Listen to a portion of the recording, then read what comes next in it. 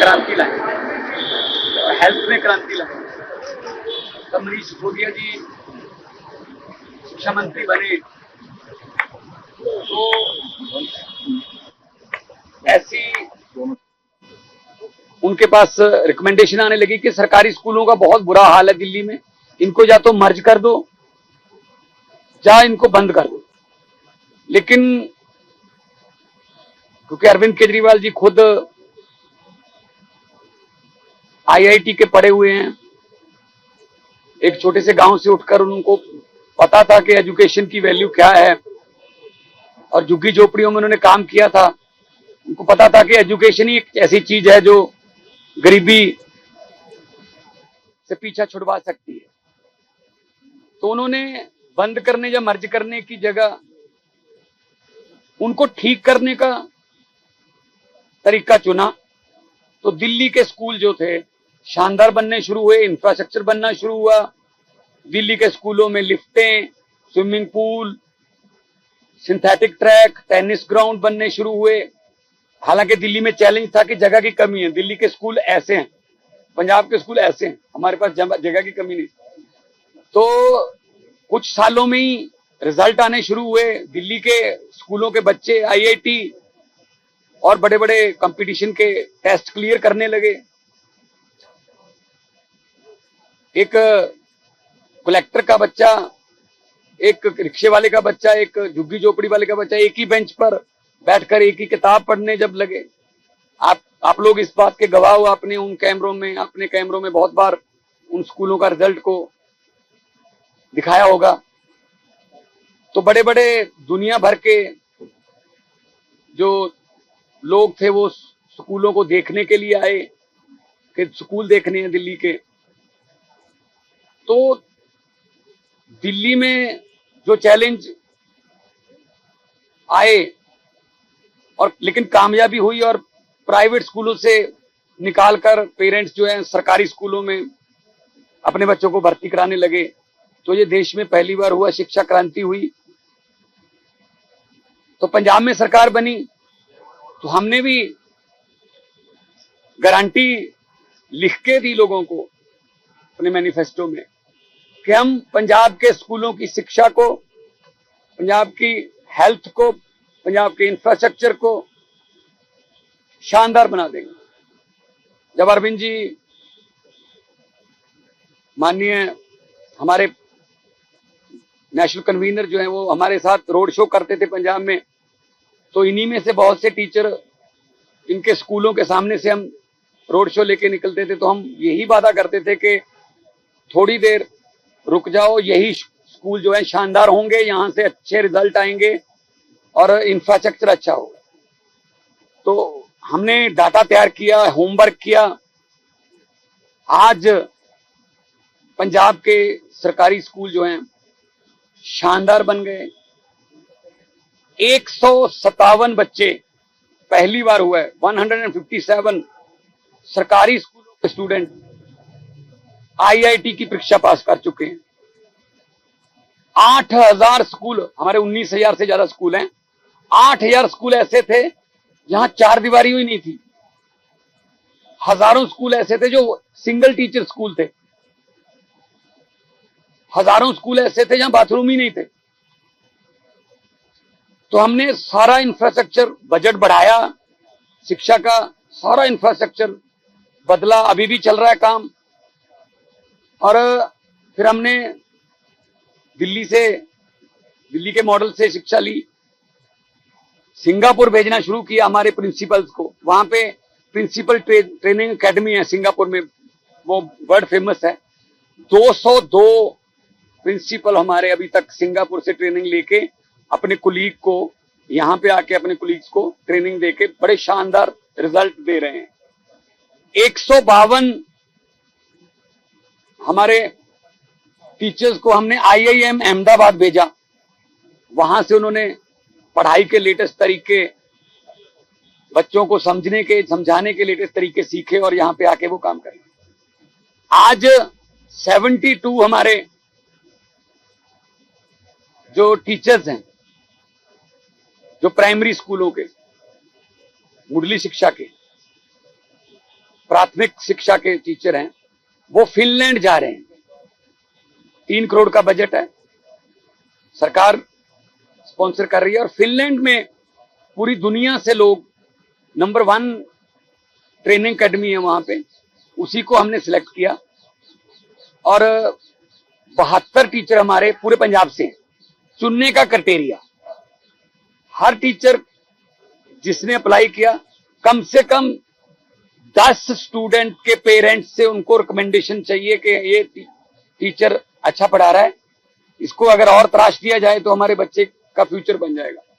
और 10 जो उस स्कूल में पढ़ के जा चुके हैं, उन स्टूडेंट्स की, उन टीचर से पढ़ के जा चुके हैं, उनकी रिकमेंडेशन। 600 एप्लीकेशन है, इसका मतलब 6000 पेरेंट्स की रिकमेंडेशन पे जा रहे हैं। ये कोई, इसमें हमने कोई पर्चियां नहीं निकाली, पूरे पंजाब से हैं, किसी डिस्ट्रिक्ट से 3 है, किसी से 1 भी है। तो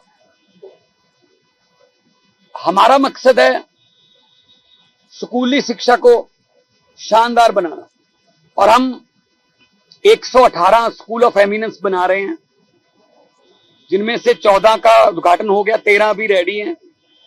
वो क्या है,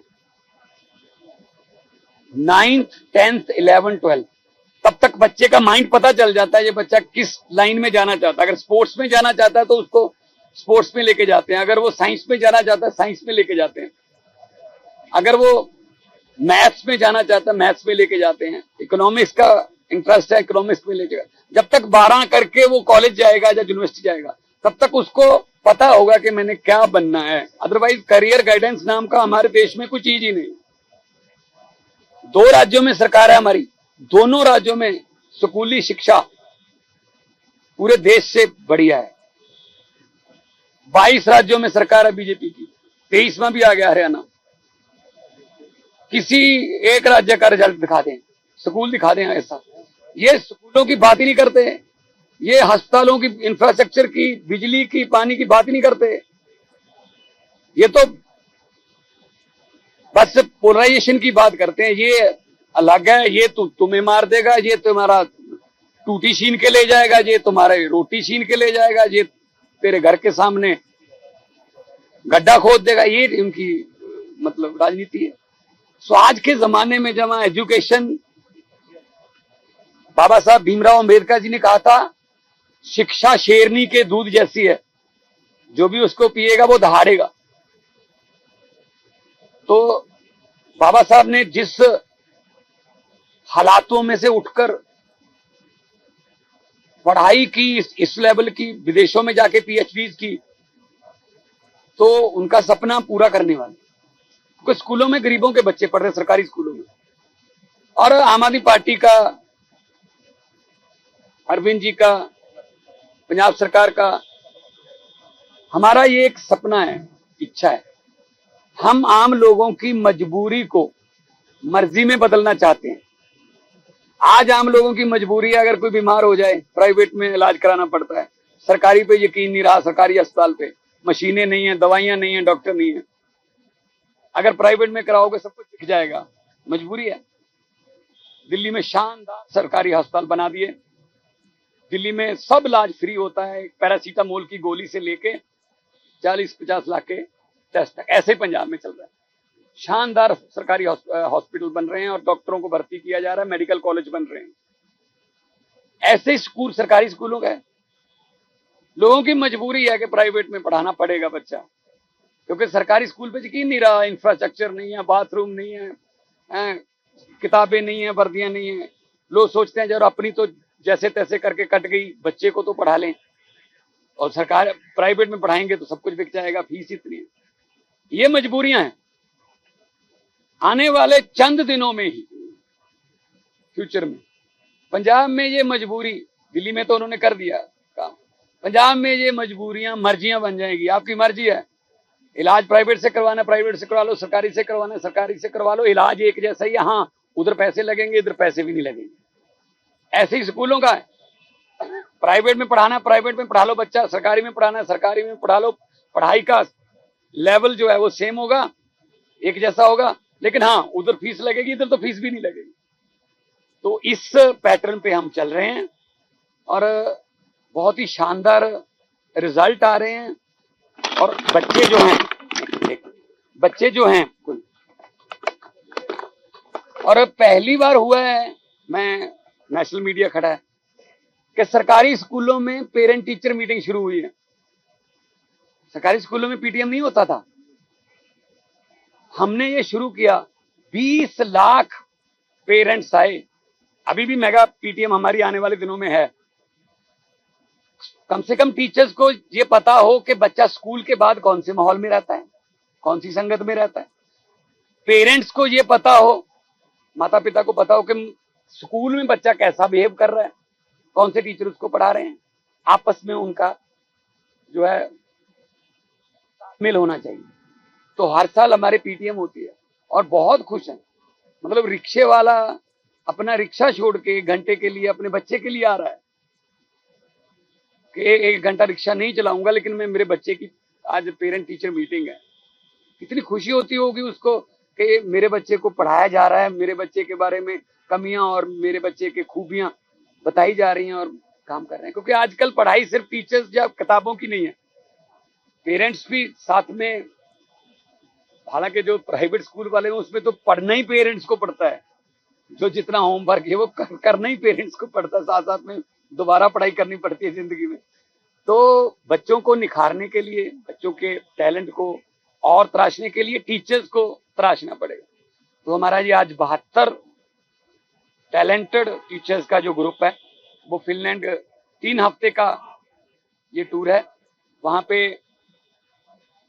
यूनिवर्सिटी में कैंप लगेंगे, अलग अलग विषयों के बारे में बताया जाएगा और आके ये अपने कोलीग्स को भी बताएंगे, अपने बच्चों को बताएंगे। कोई सवाल आपका हो?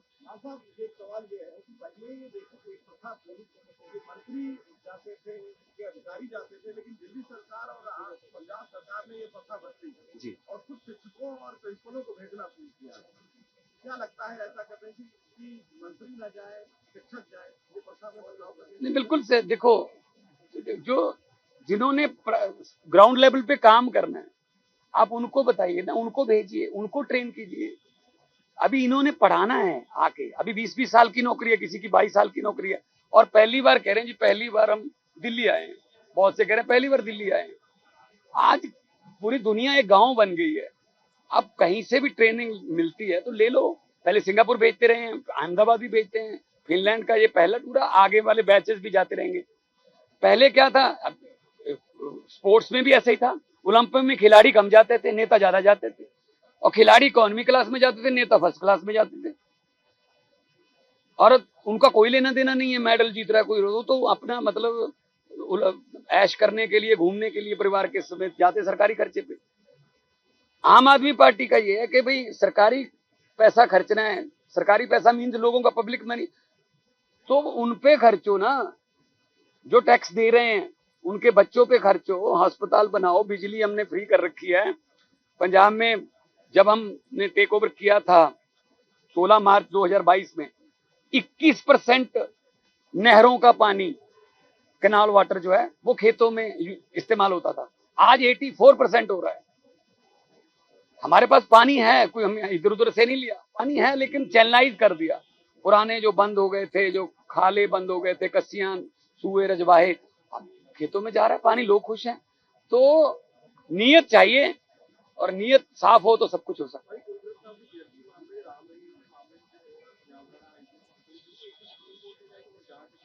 बिल्कुल, पंजाब सरकार ने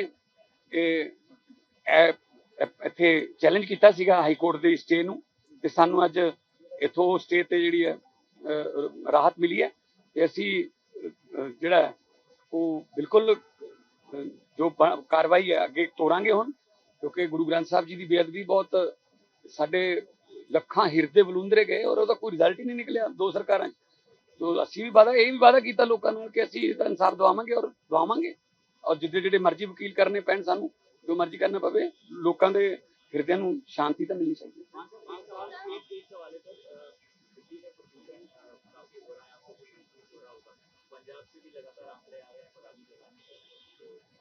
देखो देखो, ये पराली का मुद्दा जो है ये एक स्टेट का नहीं है मुद्दा, ये पूरे नॉर्दर्न इंडिया का है।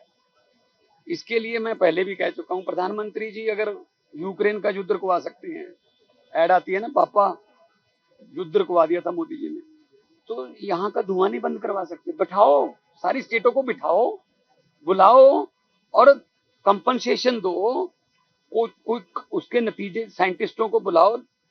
पंजाब का किसान नहीं चाहता, पहली बात तो धान भी चाहता है कि मैं ना उगाऊं, पानी नहीं है हमारे पास, वाटर लेवल जो है हमारा नीचे चला गया, लेकिन कोई अल्टरनेटिव फसल जो है वो कहां से, उसकी एमएसपी नहीं मिलती। तो बड़े शानो शौकत से हम कहते हैं इस बार 180 लाख मीट्रिक टन धान जो है पंजाब सेंट्रल पूल में देगा, यहां तक तो शाबाश अन्नदाता, लेकिन 180 लाख टन की पराली भी तो आएगी, तब कहते हैं उस पर पर्चा करो, उसको पकड़ो, उसको कंपनसेशन, डैमेज, उसका जुर्माना करो। दिल्ली तो पता नहीं, पंजाब का धुआं आता है पता नहीं ना, वे तो एनजीटी के जो रिटायर जज थे उन्होंने बोल भी दिया था कि पंजाब का कोई लेना देना नहीं। पहले तो जब हम आग हमारे यहाँ पराली को लगती है, उस किसान के खुद के और पूरे गांव के फेफड़ों में से निकलती है ना, वो कोई कार्बन मोनोडाइऑक्साइड से तो सांस नहीं लेते, लेते तो ऑक्सीजन से ही है ना, लेकिन उसके लिए बैठना पड़ेगा। ऐसे मीटिंगें करके आ जाते हैं, हम मेरी मीटिंगें हुई हैं बहुत सेंटर के साथ, जी प्रेरित करो, ने कहा जी कंपनसेशन दे दो, कुछ इंडिया गवर्नमेंट दे दे, कुछ पंजाब गवर्नमेंट दे देगी, उनको बोलेंगे कि ये आप आपका कंपनसेशन है, आग नहीं लगानी है। नहीं जी पैसा नहीं है, प्रेरित करो। प्रेरित तो फिर भाई साहब पता नहीं कितने सालों से बसों पे लिखा हुआ है दुल्हन ही दहेज है, दो ही काफी और ही माफी, क्या अब जनसंख्या हो गई कम कंट्रोल में? क्या कोई दहेज लेना बंद कर दिया किसी ने? प्रेरित करना क्या है यार, तो आप जो प्रैक्टिकल बात करो अगर करनी है। तो इसीलिए हम बहुत कुछ करें, हमने 1.25 लाख मशीनें दी हैं इस बार, और एनजीओ से बात करके, और कुछ किसान, हमारे सभी किसान नहीं चलाते, 75 लाख एकड़ हमारा, 75 लाख हेक्टेयर हमारा धान आता है, उसमें से लगभग 40 लाख नहीं जलाते।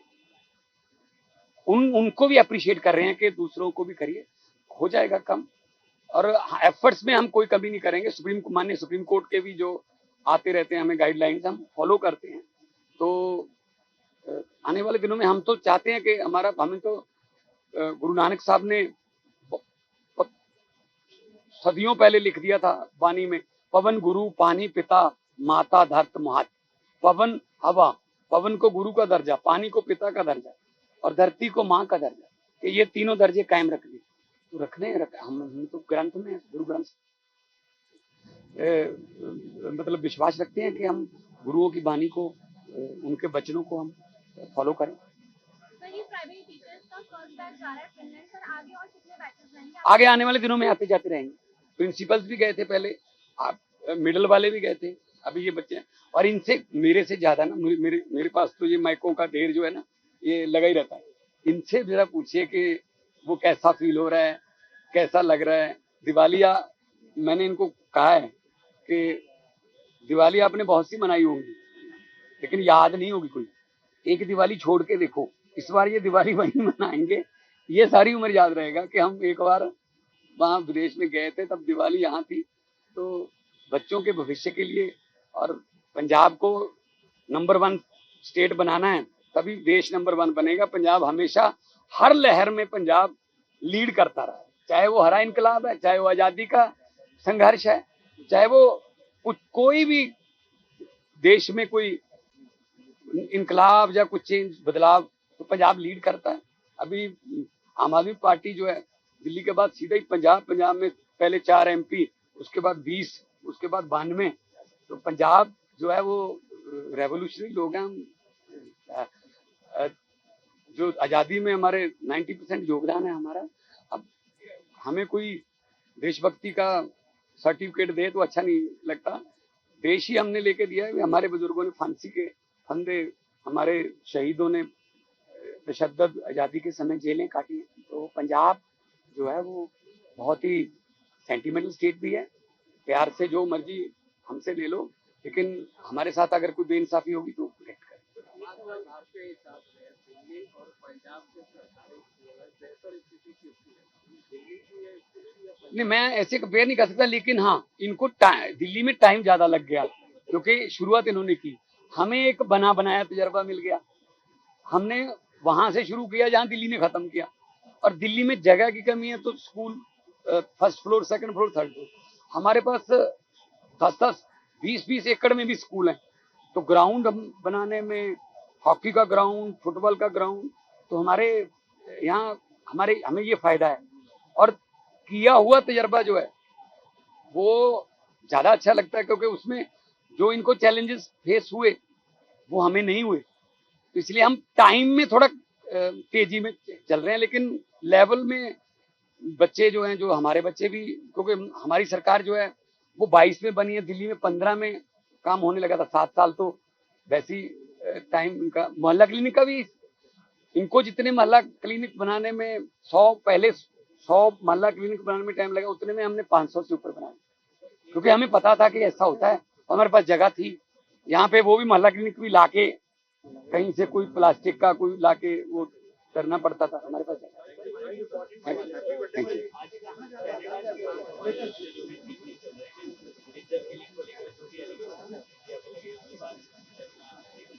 देखो देखो देखो, बहुत से लाखों पंजाबी हैं जो कनाडा में रहते हैं और उनके यहाँ रिश्ते हैं, या उनकी वजह से यहाँ बहुत से चूल्हे जलते हैं। वो अपने शादी, ब्याह या त्योहार मनाने के लिए यहाँ भी आते रहते हैं। उनको तो कुछ पता ही नहीं है क्या हो गया, ठीक है ना। तो ये तो हमारी फॉरेन पॉलिसी है, तो उसके लिए तो जो सेंटर सरकार है, सबके साथ हमारा रिश्ता अच्छा होना चाहिए। कनाडा तो पंजाबियों के लिए तो खास, हमारे तो आप जाओगे तो पानी की टंकियों पर जहाज बने हुए हैं और आईफल टावर और सीएन टावर हमारे पानी की टंकियों पर बने हुए हैं लोगों के घरों पे। तो गाड़ियों पे कनाडा के झंडे लगे हुए हैं, अमेरिका के झंडे लगे हुए हैं, इंग्लैंड के।